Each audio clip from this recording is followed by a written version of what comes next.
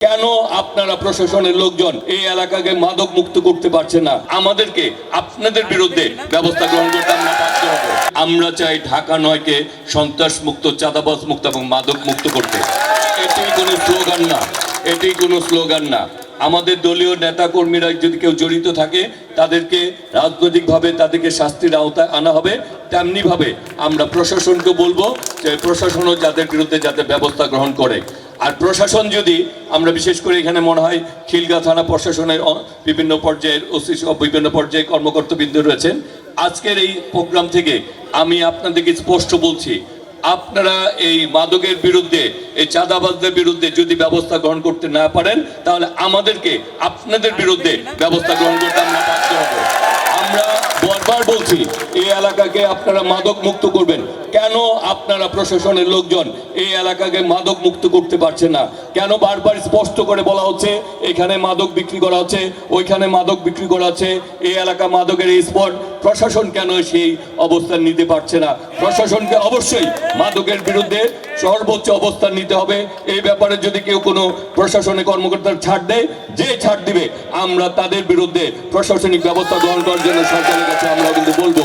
আমরা নিজেরা বারবার বলছি এবং আজকে এখান থেকে আপনাদের ঘোষণা দিয়ে বলছি, যারা চাঁদাবাজি করবে, যারা দলের বদনাম করবে, আমরা মনে করি তারা দলের লোক না। যারা দলের বদনাম করবে, চাঁদাবাজি করবে, মাদকের সাথে যুক্ত থাকবে, তারা কখনোই দলের লোক হতে পারে না। সুতরাং আমরা তাদের বিরুদ্ধে ব্যবস্থা গ্রহণ করব। আজকে আর বক্তব্য বাড়াবো না। সালাম ভাইয়ের কাছে আমাদের দাবি হচ্ছে এই এলাকায় যে জমিগুলি রয়েছে এগুলি অনেকেই দখল পাল্টা দখলের দিকে যাচ্ছে, এগুলিকে দখল মুক্ত করতে হবে। যার সেই যেই হোক তাদেরকে এই জমিগুলি দখল মুক্ত করে আমরা উন্নয়ন কর্মকর্তা করতে চাই। এখানে খেলার মাঠ হোক, এখানে কমিটি সেন্টার হোক, এখানে পার্ক হোক, এখানে কবরস্থানটাকে আরো সম্প্রসারিত করা হোক এবং এইখানে যে রাস্তাটি রয়েছে পাশে কবরস্থান, এই রাস্তাটিও দখল করা হয়েছে। এই রাস্তাটিকে যদি সামনে এগিয়ে নেওয়া যায় তাহলে এলাকার লোকজন অনেকটা যানজট মুক্ত হবে। অনেকগুলি এলাকার গলির সাথে এই রাস্তাটিও সংযোগ হতে পারবে। সুতরাং এই রাস্তাটিও যাতে বড় করা হয়। আর এখানে যে টিনের ছাউনিটি রয়েছে এটিকে যদি করা হয় তাহলে কবরস্থানের পরিবেশটি আরো সুন্দর হয়।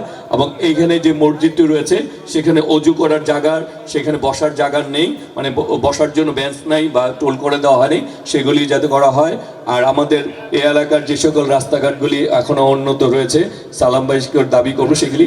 তবে সালাম ভাই যে আমরা যখনই যে দাবিটি করছি, বিগত সরকারে যারা অন্তর্বর্তী সরকার, বিগত সরকারে যারা দায়িত্বে ছিলেন তারা সিটি কর্পোরেশনের ফান্ডের অবস্থা খুবই নাজুক।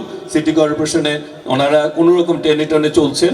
আমাদের সরকার যখন বাজেট দেওয়ার চেষ্টা করছে, সালাম ভাই আমরা যে কোনো দাবি করার পর, যেমন আমরা বলেছি বাসা ও মাদার থেকে রাস্তাটা অনেক খারাপ, সেটি ঠিক করার জন্য আমরা যেমনি বলেছি মুগদা কবরস্থানের সামনে রাস্তাটি খারাপ, মানিকনগর রাস্তা খারাপ, মেরাদের ওইদিকে রাস্তাগুলি যেগুলি খারাপ রয়েছে সেগুলি সালাম ভাই বলছেন উনি অগ্রাধিকার ভিত্তিতে আমাদের এই কাজগুলি করে দিবেন। সুতরাং সালাম ভাইকে আমাদের এই বছর অনেক সঙ্গে করতে হবে। বক্তব্য আর পারবো না। সবাইকে নিয়ে আমরা আগামী দিনে আমরা একটি নতুন সুন্দর বাংলাদেশ গড়ে তুলব, যেই বাংলাদেশ হবে একটি গণতান্ত্রিক, একটি মানবিক, একটি নিরাপদ।